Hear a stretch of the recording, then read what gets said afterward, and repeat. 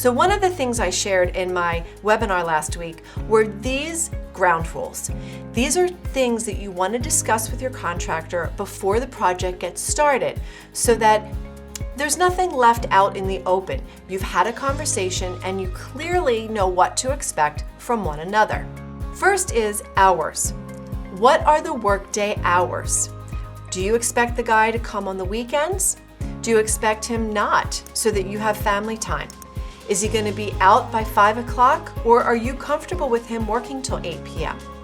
Are there any guidelines in your community about noise and disturbances so that if you're in a condo building that they have to be out and done work by 6 p.m.? These are all things that need to be discussed so that no one is upset by the timing of the work being done. Parking. Where is your contractor going to park his truck, his gear? Where are his crew going to park? Is there paid parking that they have to find, or is there free parking on your street? All part of the conversation and expectation, because that could affect the cost of the project. Because if they can't park right in front of your house on a suburban street and they're dealing with city confines, then it can add to the cost of the project. So make sure that that's understood before you get hit with charges after. Smoking. Are you okay with his crew smoking on your property? Is there a special place you would prefer them to go and smoke? Have the conversation, give them a space to deposit cigarette butts, make sure you're all on the same page so you're not annoyed or frustrated, and neither is he. Potty breaks. If a contractor is doing a project over many days, they will typically bring in a porta potty for the crew. But sometimes if it's a smaller project, they will just take a quick break, they'll go to a local gas station or a convenience market.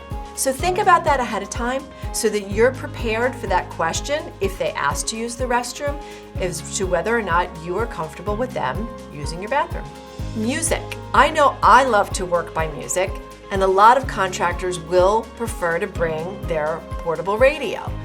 Are you okay with music being played? Are you going to be having a baby napping so that music on top of construction noises is just even more noise to disturb? Are you okay with it, or are you not? Make sure you let him know ahead of time so there's not an issue. The daily cleanup. What do you expect the work area to look like at the end of the day? If this is work being done in your space in the house, well, obviously you need more cleanup done so that it's not an obstacle for pets or kids or even yourself.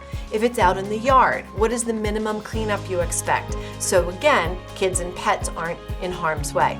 Just have an understanding, because some guys will go to crazy lengths to clean up every day and spend an hour of their time cleaning up, where you might be like, it's okay if you leave some of that. I'd rather you spend an extra half hour working and getting more progress made. Pets. Our pets are our kids, and we have to make sure that our contractor knows how we handle the pets, because some pets will be in the contractor's face, and that means they can be around tools or things left on the ground, and then you have a paw with a nail in it. Have the conversation, where will the pets be kept? If the dog is not going to be a bother, but you know that it'll run the neighborhood if it gets out, remind them to close the door every time. Maybe you want to put a note on the door. Maybe you do want to put the dog upstairs in a bedroom while the guys are there.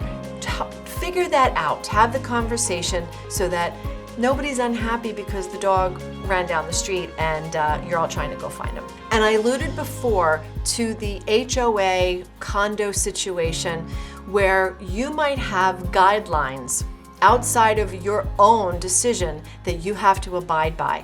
And that could be about parking, about work hours, all of that. So if you belong to an HOA, it's a great idea to pull out your guidelines or check with the community about the expectations for having contractors work within your neighborhood.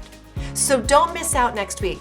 I'm going to talk about contracts and how to make sure that you have a solid contract. But I'm also going to talk about the red flags for a problematic contractor. Your home is your biggest asset, the biggest financial investment of your life.